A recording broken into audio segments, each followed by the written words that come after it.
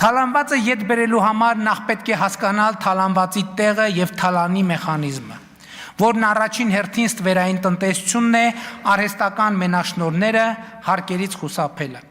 Եվ այս երևույթների դեմ պայքարում է ձևավորվել վերը նշված հավելյալ, կրկնում եմ, լրացուցիչ, հեղափոխության բերած 4.2 միլիարդ դոլար բյուջետային եկամուտը։ Պետք է խոստովանեմ, որ թալանվածը ետ բերելու, հանցագործներին պատժելու հեղափոխական օրակարգը մոռացության մատնելը մեր հասցեին ամենահաճախ հնչող մեղադրանքն ու քննադատությունն է։ Բայց ուզում եմ միանգամից ասել, որ կտրականապես մերժում եմ այդ քննադատությունը հետևյալ պատճառաբանությամբ։ 2018 թվականի ժողովրդական ոչ բռնի Թավշյա հեղափոխությունը այո տվել է թալանվածը ետ բերելու, հանցագործներին պատժելու խոստում։ Բայց հեղափոխությունը եւ անձամբ ես խոստացել ենք նաեւ, որ հեղափոխության հաղթանակից հետո Հայաստանում վենդետաներ չեն լինելու, որ Հայաստանը լինելու է օրենքի եւ իրավունքի գերակայության երկիր։ Ուրեմն ինչպես ենք համատեղելու այդ թվում է իրար հակասող օրակարգերը։ Իրականում օրակարգերը իրար չեն հակասում եւ մենք հենց այդ օրակարգերի իրակցմամբ ենք զբաղված եղել եւ շարունակում ենք դրանով զբաղվել, այն է բացառել վենդետաները, վերադարձնել թալանվածը, պատժել հանցագործներին եւ Հայաստանի Հանրապետությունը չդարձնել բեսպրեդելի սև խորշ աշխարհի քարտեզի վրա, այլ ընդհակառակը օրենքի գերակայությունը դարձնել անշրջելի եւ ինստիտուցիոնալ։ Սա հարցի իրավաքաղաքական եւ բարոյական կողմն է, բայց կա նաեւ գործնական կողմը։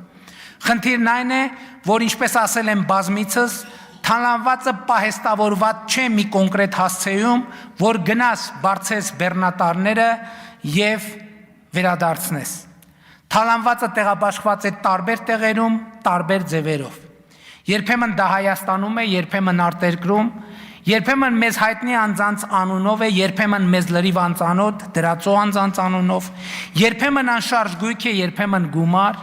երբեմն արվեստի գործ, երբեմն բաժնետոմս, երբեմն գոհացված է անհատից, երբեմն կառավարությունից, երբեմն համայնքից, երբեմն իրավաբանական անձից։ Երբեմն օտարված է երրորդ անձի, որը բարեխիղճ ձեռքբերող է եւ կապ չունի թալանի եւ կոռուպցիոն սխեմաների հետ, շուկայում տեսել է իրեն հետաքրքրող ապրանք եւ օրինական կերպով պարզապես գնել։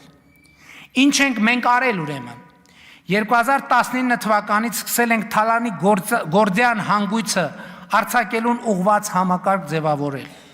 Այդ գործը արել ենք հետևողական ու սկզբունքորեն։ Այդ գործը հետևողականորեն շարունակել ենք COVID-ի համավարակի, պատերազմի, ետպատերազմյան ճգնաժամի, տարածաշրջանային էսկալացիաների, համակարգային թալանի դիրքերից հանդես եկող քաղաքական ուժերի դիմադրության, աշխարհակարգի փլուզման, Հայաստանի ժողովրդավարական իմիջը միջազգայինորեն պահպանելու կենսական անհրաժեշտության պայմաններում, զուգահեռ տնտեսությունը աճեցնելով աննախադեպ չափերով 43.5%-ով։